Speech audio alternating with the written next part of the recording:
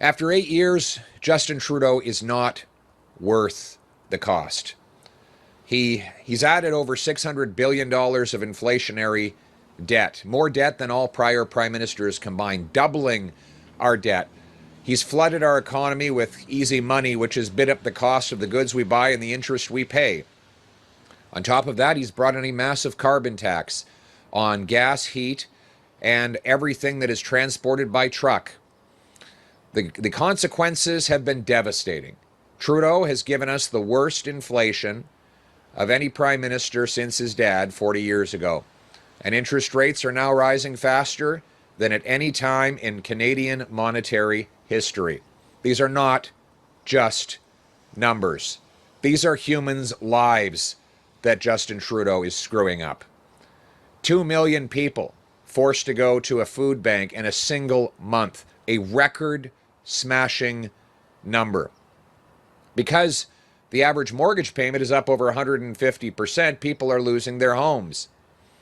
And because more and more people are incapable of buying homes due to these high prices, they're all clamoring to compete for a diminished supply of apartments, driving the rent up to record levels. Last month, yet another record rent increase after Trudeau promised to bring rent down. This is forcing middle-class people into homelessness. We've never had middle-class homeless crisis like that we do now today. We're talking about nurses and carpenters who live in their cars. This would have been unimaginable before Justin Trudeau, as would the tent cities we now see in every major town in our country. We learned the other day that Halifax has 30 homeless encampments. One city with 30 homeless encampments. We would never have even imagined something like that could happen in Canada before Justin Trudeau. Yet, these are the consequences of his policies, which tax, print, and borrow money, driving up the cost on everybody. It's very simple. The government is rich and the people are poor after 8 years of Justin Trudeau. And what does he do with the money? He spent $54 million on an ArriveCan app we didn't need, didn't work, and could have been designed in a weekend by a couple of IT experts. It's now under criminal investigation. He blew $1 billion on a so-called green fund, whose bureaucrats now admit it's more like the sponsorship scandal.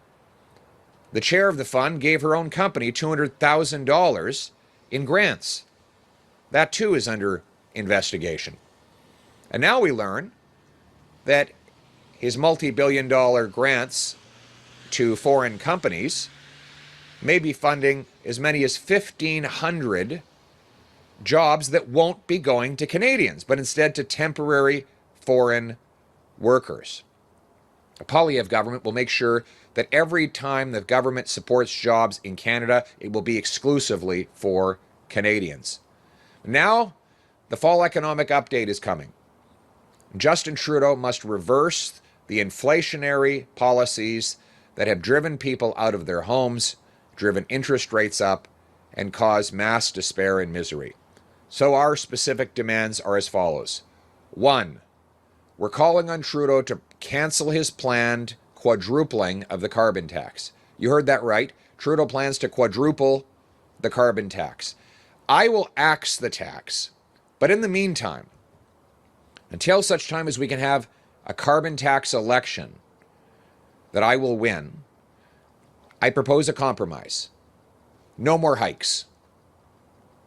Don't quadruple the tax, Mr. Trudeau. People can't afford it. 2, bring down interest rates and inflation by balancing the budget. A year ago, Mr. Trudeau had promised a balanced budget by the year 2028. 6 months later, he announced he was breaking that promise. And all the extra spending that he piled on in the subsequent period has caused inflation to start rising again, forcing the Bank of Canada to keep interest rates high. We have $900 billion of mortgages set to renew into these higher rates over the next 3 years. We have an emergency on our hands to bring rates down before those mortgages renew.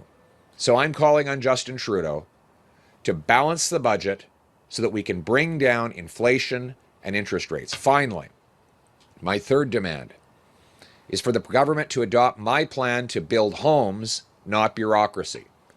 Justin Trudeau has a gigantic photo op fund where he sends his minister on a traveling circus, giving out grants to local politicians in exchange for them giving him credit for housing that was already going to be built. The evidence is that this fund is not building any new homes because housing starts are actually down since the program came into place. What's happening is the money is going to build more bureaucracy. We don't need more bureaucracy.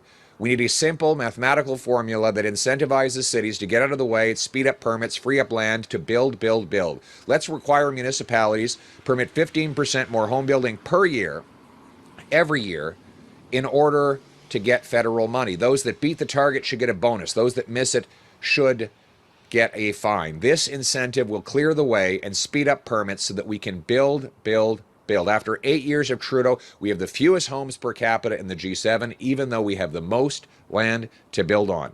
Let's get building now so that our youth, our working class, and our newcomers can put roof overhead. This is common sense. The common sense of the common people united for our common home. Your home, my home, our home. Let's bring it home. Thank you. Next question. We'll now have time. This is Mansour from Omni TV. So, what specific measures do you want to see on Tuesday's fall economic update?